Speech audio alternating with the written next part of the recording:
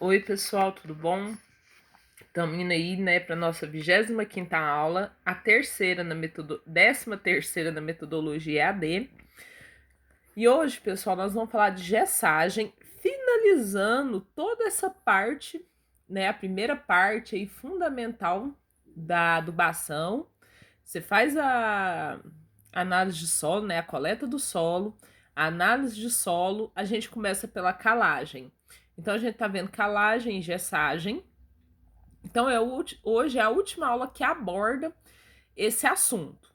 As próximas, aí a gente começa a falar da aplicação de nitrogênio, fósforo, potássio, macro e micronutrientes, certo? Então, vamos lá. Na aula passada, eu coloquei 3 perguntinhas para vocês.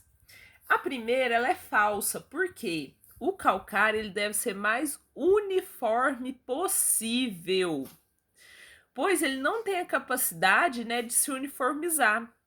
Então, se eu aplico esse calcário de forma desuniforme, ele vai se concentrar em algumas áreas, em outras não. Na número 2, foi perguntado, né, o uso preferencial de distribuidor de gravidade. Sim, mantendo sempre, né, nessa aplicação que o condutor do maquinário tem uma velocidade constante. Essa velocidade constante é que vai distribuir de forma uniforme o calcário na sua área. Sobre a calagem, pessoal, na terceira, ela é falsa. Por quê? No sistema de plantio direto, a correção é superficial, até 40 centímetros, né? É falsa, pessoal. O superficial vai até 20 centímetros.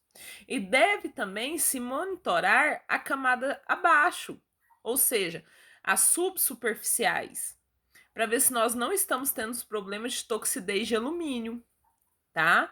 Por que isso? Porque o calcário, ele não atinge camadas profundas do solo, certo? Corrigidas as atividades da aula passada. Bom, pessoal, então hoje, né, nós vamos falar aí de gessagem. E antes mesmo da gente plantar, a gente realiza diversas atividades para que tudo ocorra bem. Dentro dessas atividades está a análise de solo, né? A gessagem, pessoal, é uma atividade que aumenta a produtividade. Vocês querem um exemplo?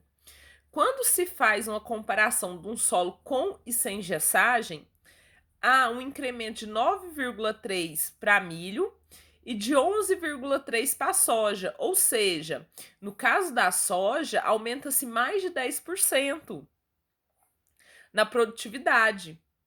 O milho chega próximo disso. Então, investir na gessagem faz uma diferença muito grande, tá? Mas fazer gessagem, pessoal, ninguém ouve muito falar sobre isso.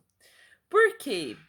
Porque se tem muitas dúvidas. E se não for feita de modo correto, causa muito prejuízo. Muito prejuízo mesmo, pessoal. Até a compactação desse solo de forma assim gigantesca. Aí, hoje na aula, a gente vai estudar o quê? Quando é necessário fazer uma gessagem e como calcular esse gesso. Vamos lá descobrir como é que a gente faz isso? Bom, pessoal, olha aqui só um exemplo para vocês, tá? É um exemplo de uma área sem gesso e de uma área com gesso. Aqui é a distribuição da raiz. Então, significa que a raiz dessa planta, 61% dela está nessa região de 0 a 15. Quando se coloca o gesso, a concentração da raiz na parte superficial é menor, chega a 30%. E se percebe também que as raízes, elas são distribuídas de forma mais uniforme. Olha aqui para vocês terem uma ideia, de 60 a 75 centímetros, 1%, né, dessas raízes chegavam nessa profundidade. Quando se faz a gessagem, pessoal, 12% chega nessa profundidade.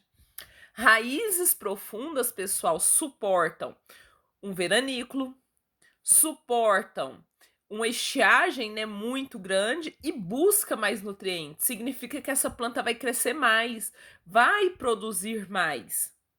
Então, quando se usa o gesso, há uma maior distribuição da raiz da planta. Fica aí essa comparação para vocês.